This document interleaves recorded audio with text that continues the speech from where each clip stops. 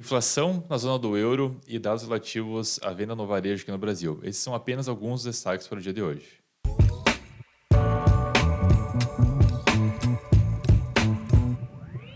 Bom dia a todos, sejam bem-vindos a mais um vídeo aqui na Valorama, 10 minutos de economia. Hoje é quarta-feira, de 17 de maio. Meu nome é Jader Giacomelli, especialista em investimentos aqui na casa. E vamos dar início então ao nosso programa, trazendo a vocês os principais destaques, tudo aquilo que está movimentando os mercados no dia de hoje. Tá? Pois bem, vamos lá. Então tivemos algumas informações hoje pouco, não tão importantes, digamos assim. Eu acho que a inflação na zona do euro com certeza foi o dado mais relevante, né? E como de prática, vamos dar um rápido giro no mundo e ver como que as bolsas estão se comportando no dia de hoje. Nós percebemos que na Europa continua no patamar positivo, boa parte das bolsas lá fechando no campo positivo, no campo verde. Na Ásia, um pouco negativo. E no Brasil, vamos falar um pouco mais na sequência, mas até então está subindo de forma bastante consistente. Estados Unidos e Canadá no patamar negativo, mas sem grandes surpresas até então. Quanto ao nosso monômetro aqui, nós percebemos que está no patamar neutro, estava levemente melhor ao longo da semana e o mercado aparentemente está um pouco mais assustado, até com alguns dados que nós já vamos falar daqui a pouquinho. Quanto ao nosso índice do VIX está caindo 3%, o que também é positivo, e o nosso dólar a nível global subindo, bastante atenção quanto ao dólar quando ele está subindo. Dólar a nível global, então, a 102, subindo 0,27 até o presente momento. Bom, quanto ao nosso calendário econômico, então, tivemos alguns destaques e, com certeza, o principal destaque do dia está sendo a inflação na zona do euro. Era esperado 5,6% de inflação para o mês de abril e veio dentro do esperado. E isso, claro, na variação anualizada dos últimos 12 meses. E na variação mensal, era esperado um crescimento de 0,7% e veio de 0,6%. Mesmo assim, eu diria assim que a inflação lá não está das melhores. Aqui no caso foi falado do core e aqui o inflation rate, que acaba sendo o dado principal, veio em 7% também dentro das expectativas. A inflação ainda continua extremamente elevada, continua alta, e isso coloca mais pressão para o Banco Central Europeu. Aos poucos nós vemos uma situação sendo resolvida nos Estados Unidos, mas nós vemos que a situação não está muito boa do outro lado do Atlântico, onde os preços continuam ainda elevados. Nós vamos mostrar alguns gráficos aqui também, para falar um pouco, inclusive, como que foi essa divulgação. Então, nós temos aqui um inflation rate de 7%, que acaba sendo o dado principal. E aqui nós vemos que os países menos inflacionados estão Luxemburgo e Bélgica, com 2,7% e 3,3% respectivamente na sua inflação. E os países mais inflacionados está sendo, entre o principal destaque disparado, nós vemos aqui a Hungria com 24,5%. E se nós compararmos aqui, pegando os países, né, a Eslováquia, Polônia, Lituânia, Estônia, a República, no caso, né, a República Tcheca, né, Tchecoslováquia, o engraçado é que nós, fazendo um comparativo aqui, nós vemos que boa parte dos países do leste europeu, mais próximos da Rússia, estão com os maiores indicadores, os maiores níveis inflacionários. Mas a média na região da moeda única está em 7%. E quando nós falamos que, bom, tem uma inflação extremamente elevada nesses países aqui, temos um destaque também na Alemanha, por exemplo, a produção alemã.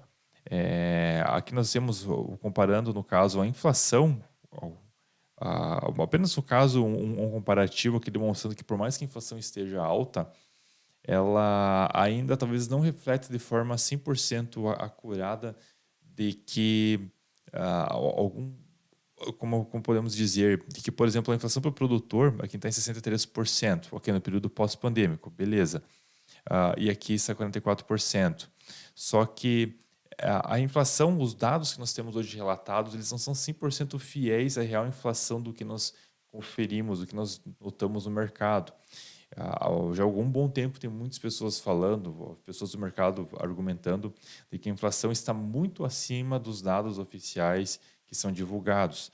E essa informação acaba sendo relatada nesse gráfico aqui, onde nós temos a inflação, por exemplo, aqui dos inventários, que é para ser de 29%, mas a real seria 32%. A inflação para o consumidor está ok, dentro do estimado de 16%. A inflação nas importações está 47% de fato e não os 29%. Então, realmente, ah, os preços subiram muito, sim, nesse período. Então, de fato, para nós, eu acredito que nós não vamos mais voltar aos preços que nós tínhamos antigamente, do que os preços que nós costumávamos pagar a todos os bens e serviços. Isso, para mim, não existe e não é só nível de Brasil, é nível de mundo. Então, a inflação é um negócio complicado e que não foi muito. É uma coisa assim complicada e difícil de entender, mas todos os dados que foram trazidos não relatam 100% fielmente o que realmente acontece na outra ponta. Os preços normalmente são muito mais acima dos dados oficiais. E o que nós vemos a partir desse gráfico, apenas trazendo esse contraponto que nós achamos interessante de ter essa argumentação. Claro que nesse caso aqui é um exemplo da Alemanha, né? Então, apenas para título de explicação, achamos válido essa leitura. Mas ainda falando sobre a Europa e fechando o nosso contexto europeu, nós vemos aqui que a UBS, ela, quando comprou o Credit Suisse, né, que argumenta de que ela teve um ganho de 35 bilhões de dólares, né, mas ainda tem custos legais a serem deduzidos. Então, pelo jeito, aparentemente foi uma boa jogada do UBS de ter comprado o Credit Suisse, né? Então pode ter sido uma boa estratégia, pelo que indica, tudo indica, parece que foi, mas ainda é o valor bruto, né? Ainda não é o valor líquido oficial. Então, aqui sendo da Europa, vamos para os Estados Unidos. Nos Estados Unidos nós temos mais alguns sinais aqui preocupantes que falam sobre a economia de lá. O JP Morgan disse que prevê uma recessão nos Estados Unidos e diz que o corte dos juros está próximo, porque querendo ou não se confirmar uma recessão, o Banco Central vai se ver obrigado a começar o corte de juros ou não mais aumentar eles. Vai ter que fazer com que o preço do dinheiro fique mais barato para toda a economia. E aqui nós vemos, né, a expectativa futuro para a próxima reunião dos juros lá. Há uma expectativa de 76% de que os juros se mantenham aos atuais patamares de 5,25%. Então, o aumento já está praticamente descartado.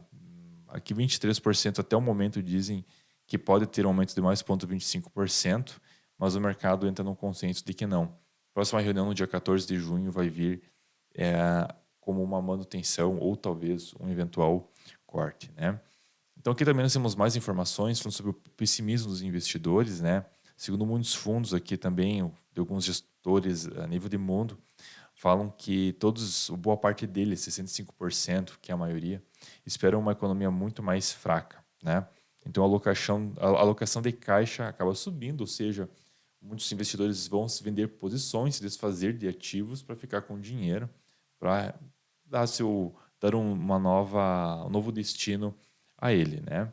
Então, temos mais algumas informações que também comprovam isso, né? Sobre aqui a permissão da construção de novas residências também vem caindo, o setor imobiliário norte-americano continua ainda em queda, continua no patamar bem assustador. Claro que, nós compararmos aqui ao período da crise imobiliária de 2008, mais ou menos 2009, quando foi o fundo do poço, houve sim essa diminuição.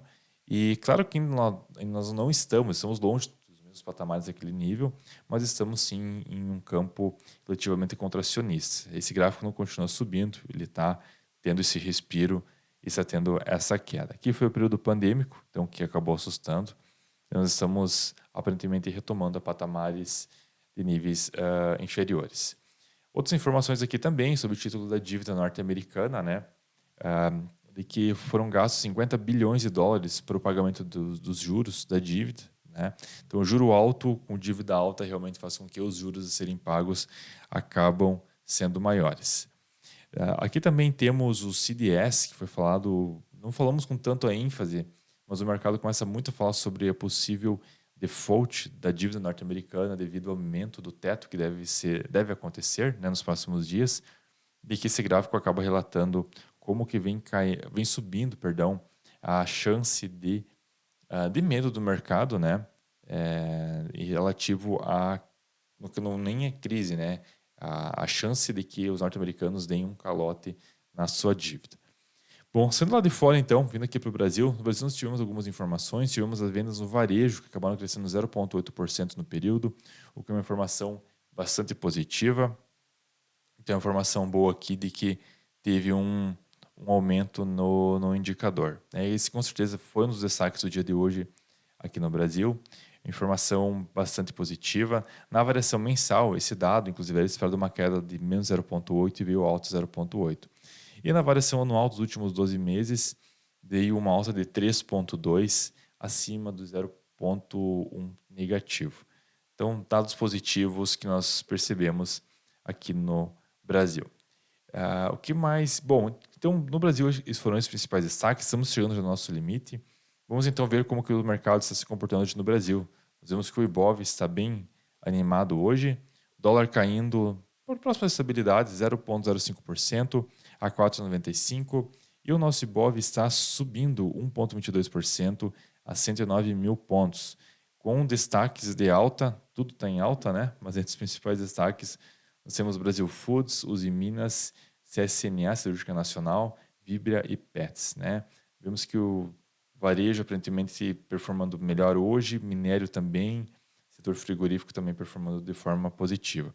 E no campo negativo, nós temos a IRB e mais uma aqui, e a CPFE Energia. Essas são as que estão caindo até o momento, mas 98% todo o Ibov hoje no campo positivo.